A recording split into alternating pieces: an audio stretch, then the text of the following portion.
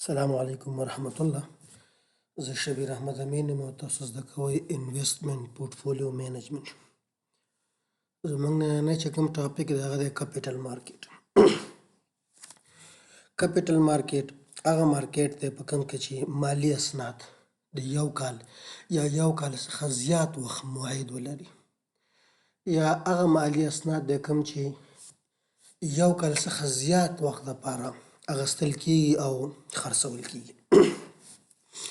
دا بیا موږ سره دا کپیټل مارکیټ خپله په دوو برخو ویشل شوی دی چې یو اکویټي مارکیټ دی، د ملکیت سندونه دي، او بل ډیډ مارکیټ دی. موږ به دلته ډېر زیات کوشش کوو چې زموږ نننی چې کوم لیکچر دی د دې ډېر زیات فوکس په ډیډ مارکیټ باندې دی. او په ډیډ مارکیټ موږ سره یو انسټرومنټ دی، دغه دی بانډز.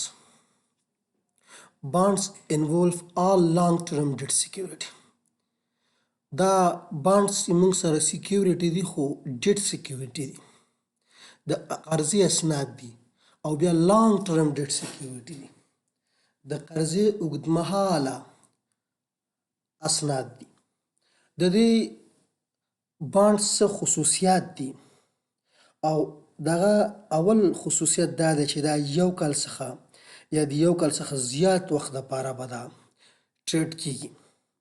نیکسټ د دې چې کوم نشروونکی دی هغه باید د هرې دورې په پای کې چا سره چې دا بانډ وي هغه ته یو معلوم مقدار ربحه ورکړي، او د مودې د پوره کېدو وروسته باید هغه کم اصلي مقدار پیسې چې دي دا هم باید تعدیه شي. چا ته تعدیه شي؟ بانډ هولډر ته تعدیه شي، چا سره چې دا بانډ دی.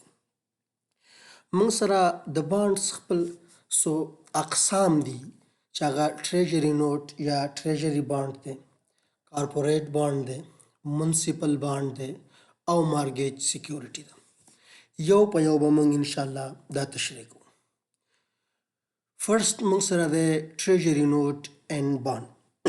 دا ټریجري نوټ او بانډ دا د دې دواړو ترمنځ لږ توپیر دی. هغه توپیر تاسو ته زه واضح کومه. دا د دولت لخوا نشریږي او دا وبخښئ په تخفیف سره دا نه خرڅیږي، بلکې د دې چې کوم هغه خپله ویلو فیس ویلو چې کوم وي په هغې نرخ باندې خرڅیږي، او مطلب د دې چې کومه موده وي یا د دې چې کوم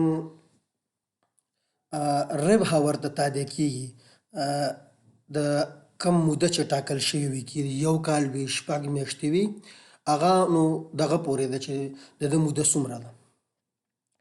او بل د ټریجري نوټس ان بانډ کې یو غټ خصوصیت دا دی چې دا په دوو قسطونو کې د دې ربحه تعدیه کیږي.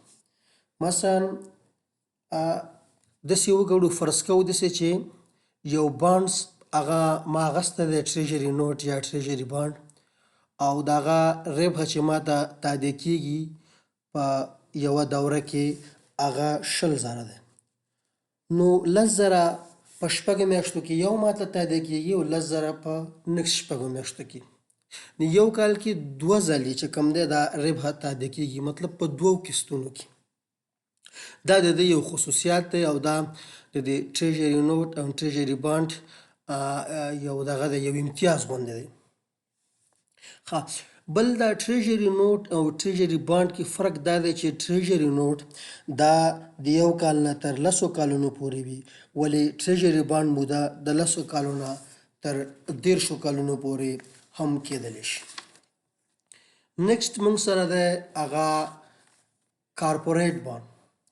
کارپوریټ بانډ دا د سهامي شرکت له لورې نشریږي او دا د ټریجري نوټ او ټریجري بانډ په پرتله ډېر زیات خطرناک وي.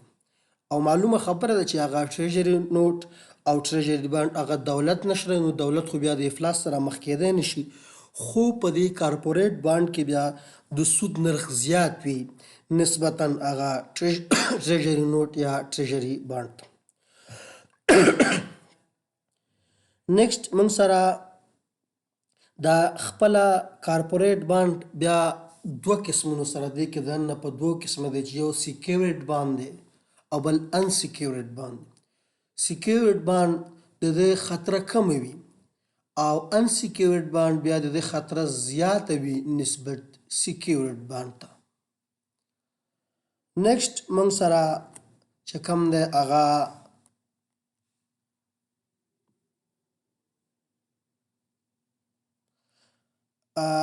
موږ سره دلته وبخښئ سلایډ کې ما نه دي راغستې.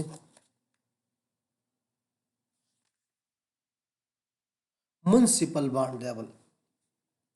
منسیپل بانډ نه مطلب دا هم د محلي دولت له لورې نشریږي خو د ټي مطلب ټریجري بانډ اینډ ټریجري نوټ سره فقط دومره فرق دی چې د دې منسیپل بانډ کې دا چې کوم عاید دی دا د مالیې څخه معاف نه دی. نور د منسیپل بانډ او ټریجري نوټ اینډ ټریجري بانډ سره دومره خاص فرق نشته دی.